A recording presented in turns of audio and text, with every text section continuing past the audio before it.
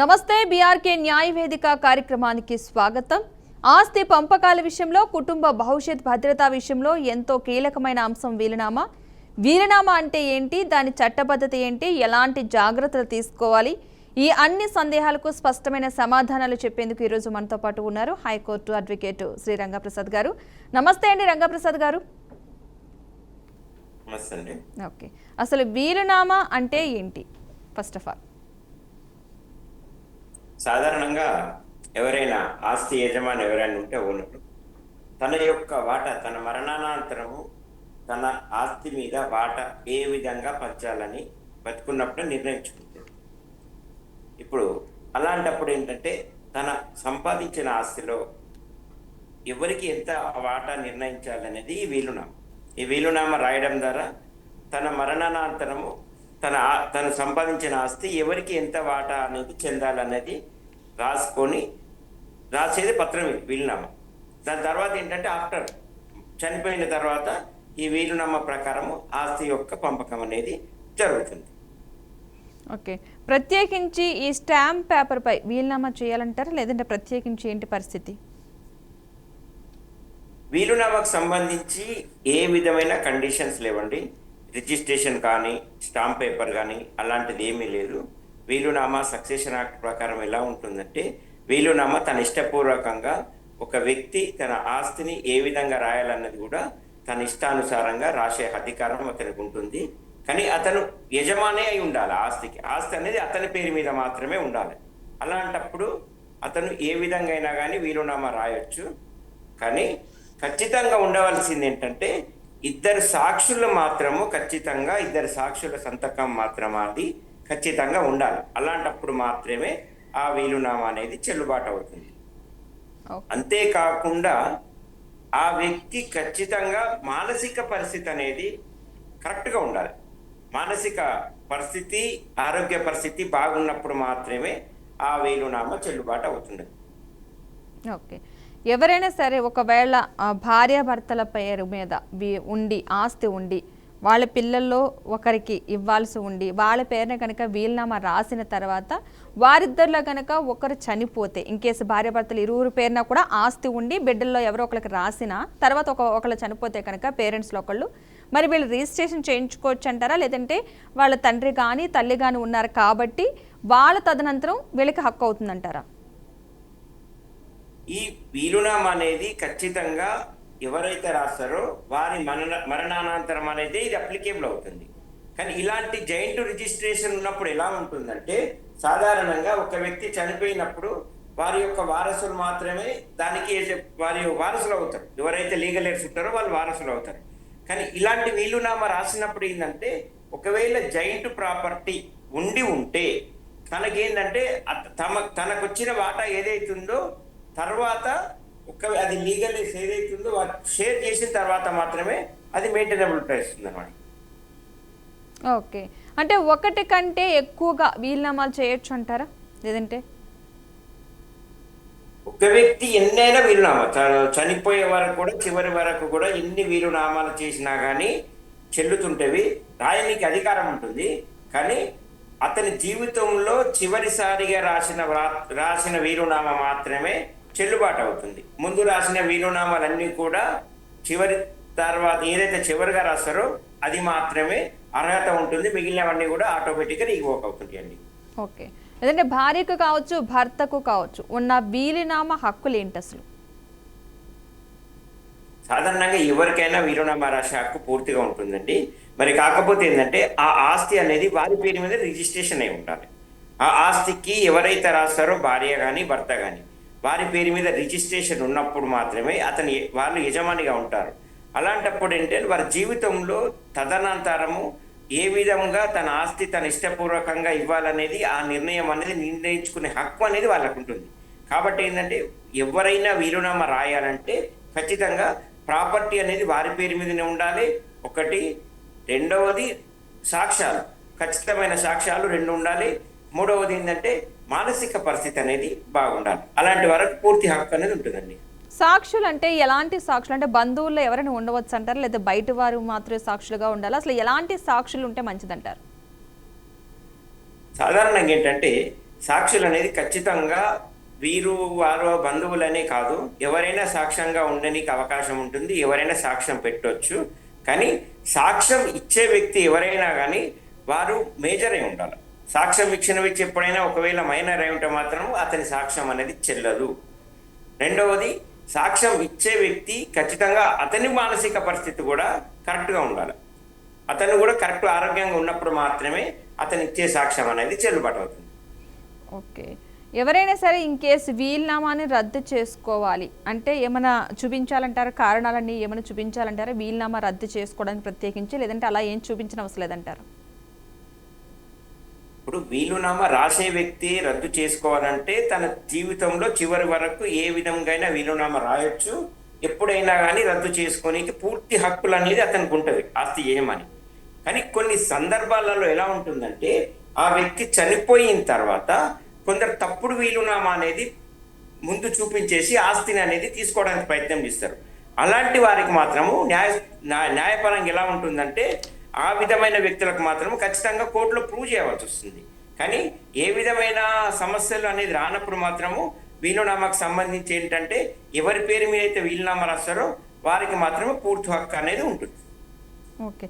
ఎవరైనా సరే వీలునామా రాయకుండా వాళ్ళ ఆస్తిని ఎవరికైనా అమ్ముకునే హక్కు ఉంటుందంటారా? పిల్లలకి సంబంధించి వాళ్ళ అనుమతి లేకుండా ఎవరికైనా సరే వాళ్ళ స్వాధ్యతం కాబట్టి అమ్ముకునే హక్కు ఉంటుందంటారా? వేరే వాళ్ళకి అమ్ముకుని రిజిస్ట్రేషన్ చేసే హక్కు ఉంటుందంటారా? లేదంటే పిల్లలు కూడా ఖచ్చితంగా అందులో ఇన్వాల్వ్ అయ్యి సైన్ పెట్టాలంటారా? లేదండి, ఇప్పుడు కూడా స్వార్థం ఏదైనా సొంతంగా ఆస్తి ఎవరైతే కొనుగోలు చేస్తారో వారికి తన ఆస్తి మీద పూర్తి హక్కు అనేది ఉంటుంది. ఒకవేళ వీలునామా రాసినా కానీ, ఎన్ని వీలునామాలు రాసినా కానీ అతను బతుకున్న వరకు చివరి వరకు కూడా ఎవరి అనుమతి లేకుండా కూడా అతనికి ఆస్తి అనేది అమ్మే హక్కు అనేది అతనికి ఉంటుంది. కాబట్టి ఏంటంటే స్వార్జితమైన ఆస్తిని ఎప్పుడైనా ఎవరైనా అమ్ముకునే పూర్తి హక్కు అనేది ఉంటుంది. ఈ వీలునామా అనేది దానికి అడ్డంకు అనేది కాదు, ఏ విధంగా అమ్ముకోవచ్చు అతను. ఓకే. ఇప్పుడు మహిళలకు సంబంధించిన ఆస్తికి సంబంధించి కూడా వాళ్ళు కూడా వీలునామా రాసుకోవచ్చు అంటారా? ఎందుకంటే వాళ్ళ ప్రాపర్టీస్ సెపరేట్ ఉండొచ్చు, పుట్టింటి నుంచి వచ్చిన ఆస్తి అయి ఉండొచ్చు, లేదంటే వాళ్ళ కష్టార్జితం అయి ఉండొచ్చు, ఏదైనా అమౌంట్ కావచ్చు, ఏదైనా ఆస్తి కావచ్చు, వాళ్ళు కూడా వీలునామా రాసుకోవడానికి ఎవరెవరికి చెందాలి, అసలు వాళ్ళ తదనంతరం ఎవరికి చెందాలి అన్న దాని మీద ఏమైనా రాసుకోవచ్చు అంటారా ముందుగానే వీలునామా అనేది? ఎవరైనా సరే మహిళలు వీలునామా రాయాలి అని అనుకుంటే ఎవరికి? మహిళలకు సంబంధించి ఇప్పుడు ఎలా ఉంటుందంటే ఆ ప్రాపర్టీ వారి పేరు మీద ఉన్నప్పుడు వారికి సర్వ హక్కులు ఉంటాయి ఆస్తి మీద. పుట్టింటి వారి నుంచి వచ్చినా కానీ, లేకపోతే స్వార్జితం కానీ, ఒక గిఫ్ట్ ద్వారా వచ్చినా కానీ, ఏ విధంగానే వచ్చిన తర్వాత వారి పేరు మీద ఆస్తి ఉన్నప్పుడు తన యొక్క ఆస్తిని ఏ విధంగా తన జీవితంలో తదనంతరము ఏ విధంగా ఇవ్వాలన్నది ఆమె ఇష్టంగా నిర్ణయించుకొని వారికి ఇష్టమైన విధంగా కూడా తను వీలునామా అనేది రాసే అధికారం సర్వ హక్కులు ఆమెకుంటాయండి. ఓకే. మైనర్ పిల్లలపై వీలునామా రాయవచ్చు అంటారా? వీలునామా అనేది ఎవరి పేరు మీద అయినా కానీ రాసే వ్యక్తి ఎవరి పేరు మీదైనా రాసే వ్యక్తి మేజర్ అయి ఉండాలి, మరియు ఆస్తికి యజమాని ఉండాలి. అది మైనరే కానీ ఎవరి పేరు మీదైనా కానీ రాసే సర్వ హక్కులు అనేది యజమానికి ఉంటాయి.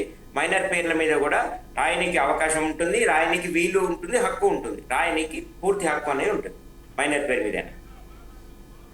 ఓకేనండి, ఒక కాలర్ తీసుకుందాం. ఓకే, వనపర్తి నుంచి మహేంద్ర గారు. మహేంద్ర గారు నమస్తే అండి. నమస్తే అమ్మా, చెప్పండి మీ సమస్య ఏంటో. ఏం లేదమ్మా, మేము ముగ్గురు అన్నదమ్ముల్లో ముగ్గురు అక్కజనండి. అయితే వాళ్ళకి దాదాపు ఇంటర్ చట్టం రాకముందు అయిపోయింది పెళ్లి. ఆ రోజుల్లో ఈ ఉన్నామాలు అలా ఏం లేకుండే కదమ్మా. అయితే మేము అది సవరణ అది మా నాయన చనిపోయినాక మా పేరు మీద చేసుకున్నాం భూములు. వాళ్ళు ఇప్పుడు కేసులు వేసిండ్రు, ఒక ఆమె వేసింది, ఇద్దరు సంతకాలు పెట్టిండ్రు. అన్నదమ్ములు ఇద్దరు అమ్ముకున్నారు, నేను ఒక్కనమ్మా. ఇద్దరు అమ్ముకున్నారు భూములు, నేను ఒక్కనున్నా. మాకు ఇబ్బంది, చాలా ఇబ్బంది పెడుతుండ్రమ్మా అమ్ముకోకుండా.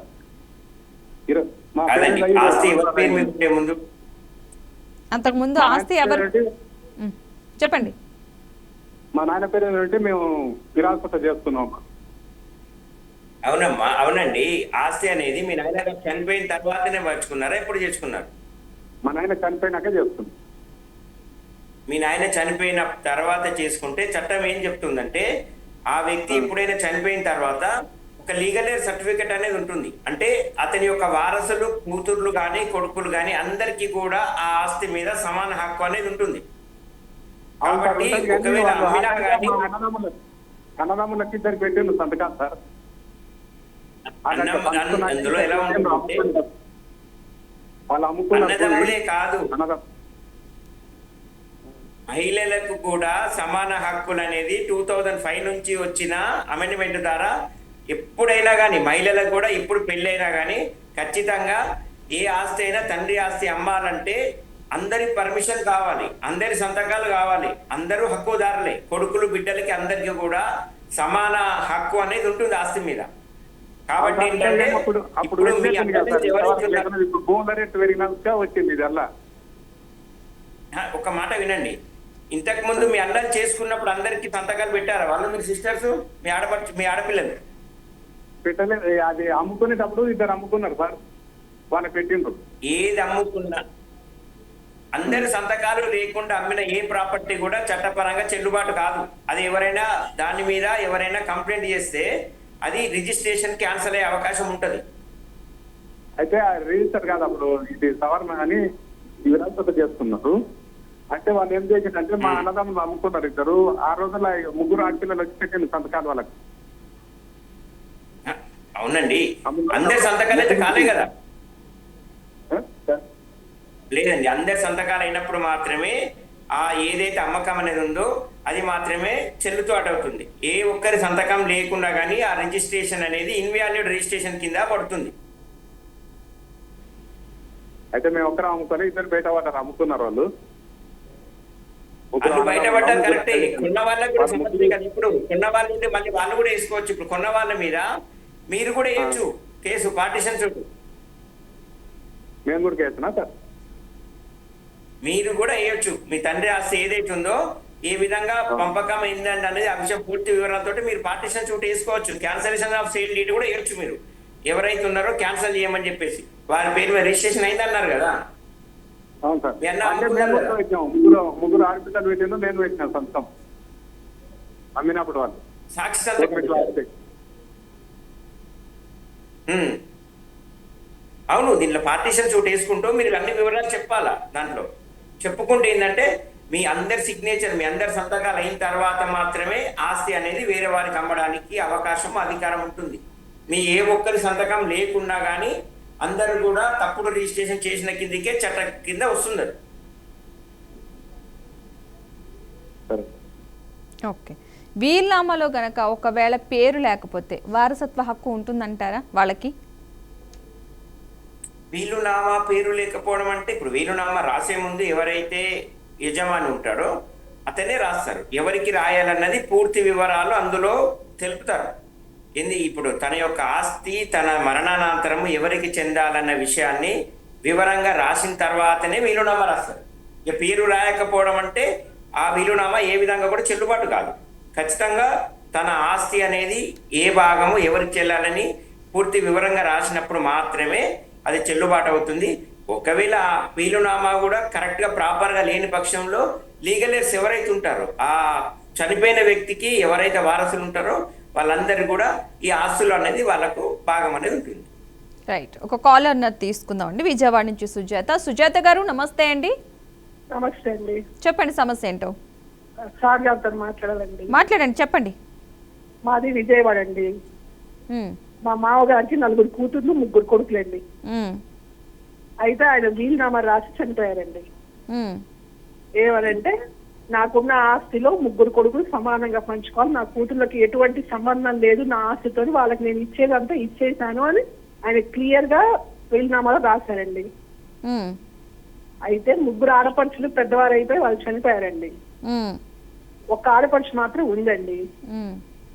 ఈమె ఇప్పుడు 3 కొడుకులు ఆస్తులు పంచుకుంటుంటే ఆ ఆస్తుల్లో నాకు కూడా వాటా కావాలని చెప్పేసి ఆవిడ ఇచ్చేస్తుందండి. ఓకే, ఆ 3 పెద్దవాళ్ళు అయిపోయారు, చనిపోయారు, వాళ్ళకి మ్యారేజెస్ అయిపోయినాయి, వాళ్ళకి పిల్లలు ఉన్నారు, వాళ్ళతో మాకు ఎటువంటి ఇది లేదు. కానీ ఈ ఉన్న ఆవిడ మాత్రం మాకు ఆస్తిలో వాటా కావాలి. విజయవాడలోనే ఉందండి. వీలునామా అదమ్మా, వీలునామా చట్టబద్ధంగా పూర్తిగా రాశారని చెప్తున్నారు కదా. అంటే మా మామగారు రాశారు కానీ రిజిస్ట్రేషన్ చేయించలేదండి. ఆయన సంతకాలు పెట్టారు, వేరే వాళ్ళు సాక్షులతో సంతకాలు పెట్టించారు. ఎప్పుడైనా వీలునామాను రిజిస్ట్రేషన్ చేయాలన్నది ఎక్కడ చట్టంలో లేదమ్మా. రిజిస్ట్రేషన్ చేసినా చేయకున్నా సమానమైన విలువ కలిగి ఉంటది ఈ వీలునామా. అన్ని కూడా ఈక్వల్ వాల్యూ ఉంటది.